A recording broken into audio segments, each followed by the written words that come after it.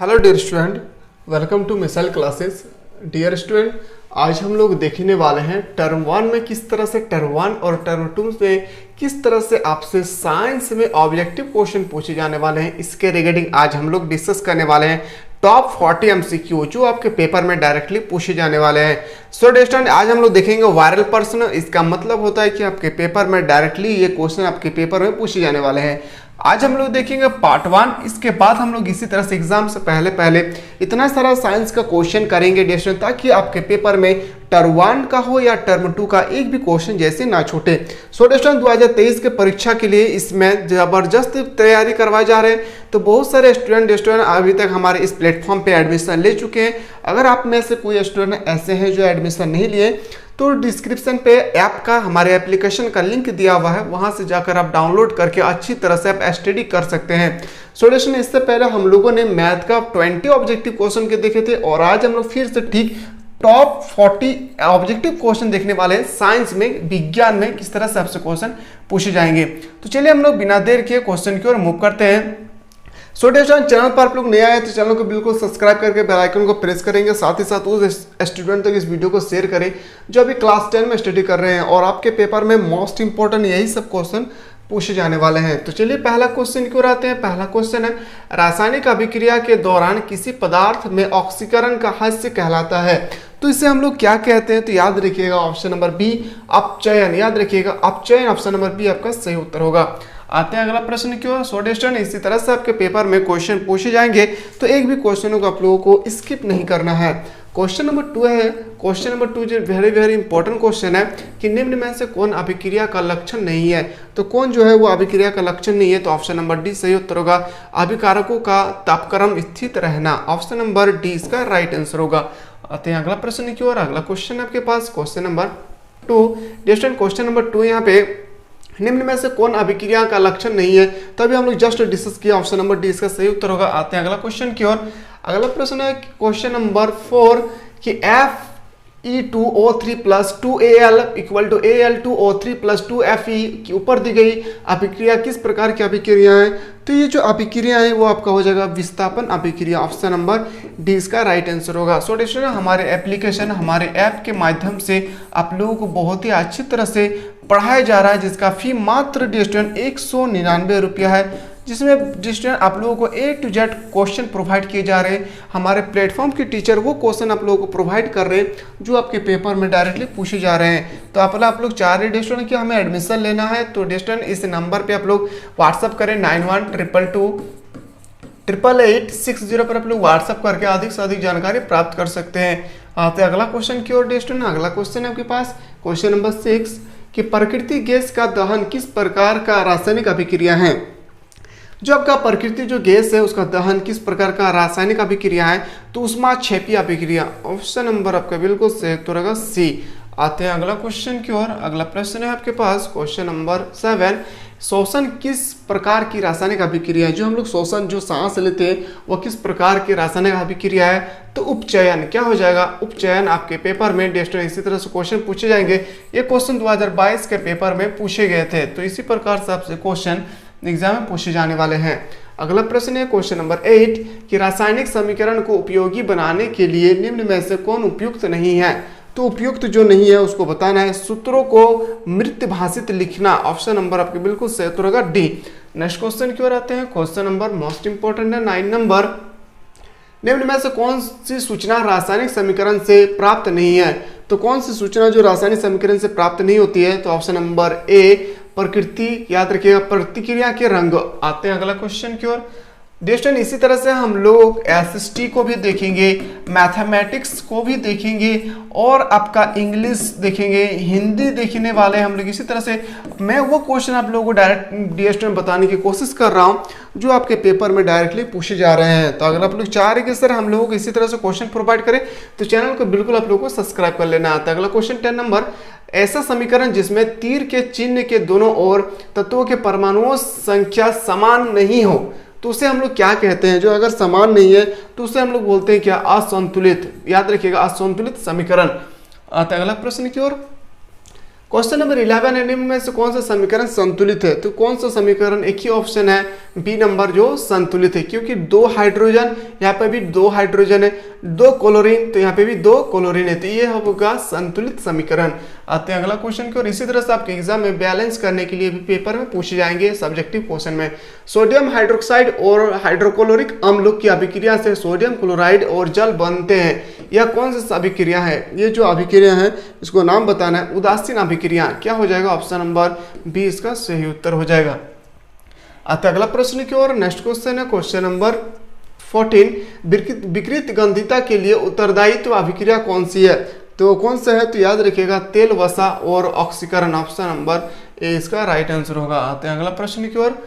अगला क्वेश्चन आप लोगों के लिए क्वेश्चन नंबर 17, साग सब्जियों का विघटन होकर कंपोस्ट बनना किस प्रकार की अभिक्रिया है? जो साग सब्जी है उसे विघटन होकर जो कंपोस्ट बनता है वो किस प्रकार का अभिक्रिया होगा? उष्माक्षेपी। क्या हो जाएगा? उष्माक्षेपी, ऑप्शन नंबर बी इसका राइट आंसर होगा। देन अगला क्वेश्चन की ओर आते हैं। क्वेश्चन नंबर मोस्ट इंपोर्टेंट है, जिन अभिक्रियाओं में ऊर्जा अवशोषित होती है उसे हम लोग क्या कहते हैं? तो उष्माशोषी, याद रखिए उष्माशोषी अभिक्रिया कहते हैं, जिसमें हमें ऊर्जा का अवशोषित होती है उससे हम लोग उष्माशोषी अभिक्रिया कहते हैं। अगला क्वेश्चन की ओर आते हैं। अगला प्रश्न है आपके सामने क्वेश्चन नंबर 26, वे अभिक्रिया जिनमें अभिकारकों के बीच आयन का आदान प्रदान होता है, वेरी वेरी इंपॉर्टेंट क्वेश्चन, तो उसे हम लोग क्या कहते हैं? तो आदान प्रदान जो होता है उसको हम लोग बोलते हैं द्विविस्थापित अभिक्रिया। क्या बोलते हैं? द्विविस्थापित अभिक्रिया, ऑप्शन नंबर सी इसका राइट आंसर होगा।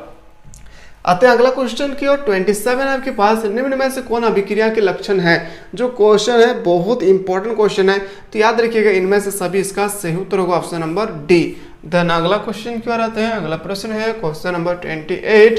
क्वेश्चन नंबर 28 है, ऐसे पदार्थ जिनकी उपस्थिति मात्र से किसी अभिक्रिया की दर बढ़ जाती है उसे हम लोग क्या कहेंगे? तो उसे हम लोग कहते हैं उत्प्रेरक। याद रखिएगा उत्प्रेरक, कैटालाइज। देन अगला क्वेश्चन की ओर मूव करते हैं। सो डियर स्टूडेंट, आपके पेपर में डायरेक्टली इसी तरह से क्वेश्चन पूछे जाएंगे, तो आप सबको डियर स्टूडेंट इसी तरह से क्वेश्चन हर एक सब्जेक्ट में आप लोगों को प्रोवाइड किए जा रहे हैं। तो अगर आप लोग चैनल पर नए आए हैं तो चैनल को बिल्कुल आप लोग सब्सक्राइब करके उस स्टूडेंट को तक इस वीडियो को शेयर करें जो आपके अड़ोस पड़ोस में क्लास 10 से स्टडी कर रहे हैं। आते हैं अगला क्वेश्चन नंबर 32, वैसे अभिक्रियाओं को जो प्रकाश के अवशोषण द्वारा घटित होती है उससे हम लोग क्या कहते हैं? उससे हम लोग कहते हैं प्रकाश रासायनिक अभिक्रिया। याद रखिएगा ऑप्शन नंबर ए इसका राइट आंसर होगा। देन अगला क्वेश्चन की ओर मूव करते हैं। क्वेश्चन नंबर 35 है। क्वेश्चन नंबर 35, किसी पदार्थ की ऑक्सीजन से अभिक्रिया कर जलने की प्रक्रिया को क्या कहते हैं? तो ऑक्सीजन के साथ की जो अभिक्रिया करके जो जलते हैं उस अभिक्रिया को जो हम लोग कहते हैं दहन कहते हैं। क्या कहते हैं? ऑप्शन नंबर ए आपका पेपर में भी डायरेक्टली इसी तरह से क्वेश्चन पूछे जाएंगे। सो डिस्टेंट, अगर आप लोग चाह रहे हैं कि सर मुझे अच्छी तरह से स्टडी करना है तो हमारे एप्लीकेशन, हमारे ऐप के माध्यम से आप लोग मात्र 199 रुपये में अच्छे से तैयारी कर सकते हैं। सो डिस्टेंट, इसमें आपको वो क्वेश्चन प्रोवाइड किए जाएंगे, वो क्वेश्चन आप लोगों को प्रोवाइड किए जा रहे हैं जो आपके पेपर में, याद रखिएगा डिस्टेंट, जो आपके पेपर में डायरेक्टली पूछे जा रहे हैं। सो आप लोग चाह रहे हैं कि डिस्टेंट कि मुझे भी इसमें क्लास ज्वाइन करना है, तो आप लोग इस नंबर पे व्हाट्सअप करें 9122288860 पर आप लोग व्हाट्सअप करके अधिक से अधिक जानकारी प्राप्त कर सकते हैं। तो चलिए, इस क्वेश्चन का आंसर बहुत ही इंपॉर्टेंट क्वेश्चन है। शोषण किस प्रकार की अभिक्रिया, जो मैंने अभी जस्ट बताई, जो शोषण है आपका वह किस प्रकार की अभिक्रिया होगी? तो याद रखिएगा उष्माक्षेपी। क्या हो जाएगा? उष्माक्षेपी अभिक्रिया, ऑप्शन नंबर ए इसका राइट आंसर होगा। आते हैं अगला क्वेश्चन की ओर। अगला क्वेश्चन है आपके पास question number very very important question. Question number 37 है, भोजन का पचना तथा पकना किस प्रकार की अभिक्रिया? जो भोजन जो हम लोग पचाते हैं या हम लोग पकाने का जो काम करते हैं वह किस प्रकार का अभिक्रिया है? तो याद रखिएगा इसका बिल्कुल सही उत्तर होगा ऑप्शन नंबर सी, ऑक्सीकरण। याद रखिएगा ऑक्सीकरण अभिक्रिया, ऑप्शन नंबर आपका बिल्कुल सही उत्तर होगा सी। आते हैं अगला क्वेश्चन है आपके पास क्वेश्चन नंबर 38, चूना से दीवारों पर सफेद कर चूना वायुमंडलीय यानी कार्बन डाइऑक्साइड से अभिक्रिया कर एक ठोस चमकदार पदार्थ बनता है। जो दीवार चमकदार बनाता है वो किसके बने होते हैं? तो ये जो बने होते हैं डियर स्टूडेंट वो होगा कैल्शियम कार्बोनेट। क्या हो जाएगा? Calcium carbonate, option number A इसका राइट आंसर होगा। आते हैं अगला क्वेश्चन की ओर। क्वेश्चन नंबर 39 है, जिस अभिक्रिया में अवक्षेपी का निर्माण होता है उस अभिक्रिया को क्या कहा जाता है? उस अभिक्रिया को हम लोग बोलते हैं अवक्षेपण अभिक्रिया। ऑप्शन नंबर आपका बिल्कुल सही उत्तर होगा बी। देन अगला क्वेश्चन की ओर आते हैं। क्वेश्चन नंबर 42 है आपके पास कि चुना पत्थर को उष्मा देने पर कार्बन, याद रखिएगा, CaO और CO2 प्राप्त होता है। इस अभिक्रिया को हम लोग क्या कहते हैं? तो इस अभिक्रिया को हम लोग कहते हैं वियोजन अभिक्रिया। क्या कहते हैं? वियोजन अभिक्रिया। ऑप्शन नंबर सी इसका राइट आंसर होगा।